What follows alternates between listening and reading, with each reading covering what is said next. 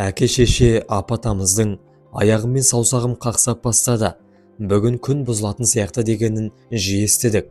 Болжамы айдай келіп не жаңбыр жауады, не күн суытады. Кейде жастардың өзі де жарақат алған жері күн суытқанда сыздап шыға келетіні бар. Мұның сыры неде екен? Бұл не қылған құдірет? Күн бұзылса қол-аяқ қақсап, сыздап қоя беретінін ежелгі дәрігерлер де байқаған. Мәселен, көне грек дәрігері, медицинаның атасы Гиппократ біздің дәуірімізге дейінгі 400 жыл бұрын-ақ осы құбылысты сипаттап еңбек жазып кеткен екен. Бірақ ғылымда бұл құдіреттің сыры әлі жұмбақ, тек гипотеза мен болжам ғана бар.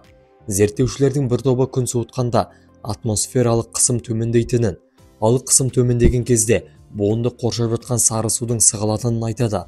Сол сәтте жүйке жүйесі тітіркендіріп, ауру мен сыздау пайда болады.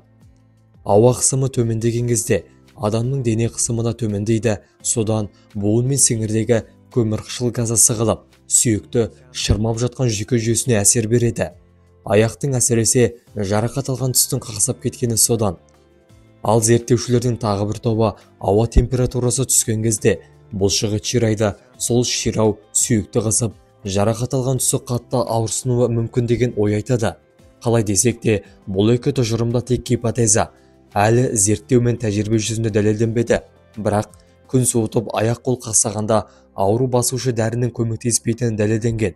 Тағы бір айта кетерлігі, адам қанша күн суытпайтын ыстық жерге қоныс аударды дегеннің өзінде бұл дерт қайтпайды. Өйткені адам ағзасы жаңа мекенге үйренісіп алады да сигнал берудің тағы бір жолын тауып алады. Сіздермен бірге дертке дауа арнасы. Құрметті оқырман, 100 000 оқырманға жетуге атсалысуларыңызды сұраймыз. Ол үшін арнаға тіркеліп, қолдау білдіріп, лайк басып, қоңыраушаны баса кетіңіз. Сіздің оп-оңай, болмашы ғана әрекетіңіз бізді шабыттандырады.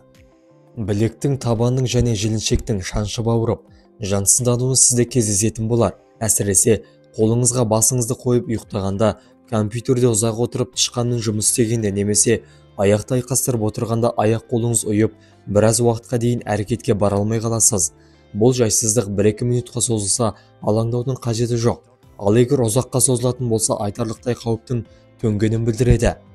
Аяқ-қолдың ұюына не себеп болады? Қолдың буыны мен табан маңызда екі жүйенің, яғни қан айналым мен жүйкенің тоғысқан жері. Демек, қан айналым дұрыс жүрмесе, қажет жерге келмесе, онда ол жансызданып ұйып бастайды. Сондықтан да аяқ-қолы ұйып қалатындарға ең алдымен қан айналымын тексертіп алу керек. Ал екінші жүйе, яғни жүйкенің әсерінен ұйып қалса, онда оның шешімі жеңіл. Көбінесе тышқанмен жұмыс істегенде ұзақ уақыт қаламмен жазып жазғанда қол білек ұйып қалады. Бұл кезде аяқ-қолыңызға жаттығу жасап, ары-бері қозғалту керек. Сонда қан айналым дұрысталып, жүйке іске кіріседі. Нәтижесінде ұюдың алдын аласыз. Бұдан бөлекте аяқ-қолдың ұюына мыналар себеп болуы мүмкін. Бірінші, жүйке тамырлары. Қол мен аяқтарда орналасқан жұлын мен ми тамырларының жүйкесі ауырғанда аяқ-қол ұйып белгі береді. Бұл көбінесе егде жастағыларға көбірек кездеседі.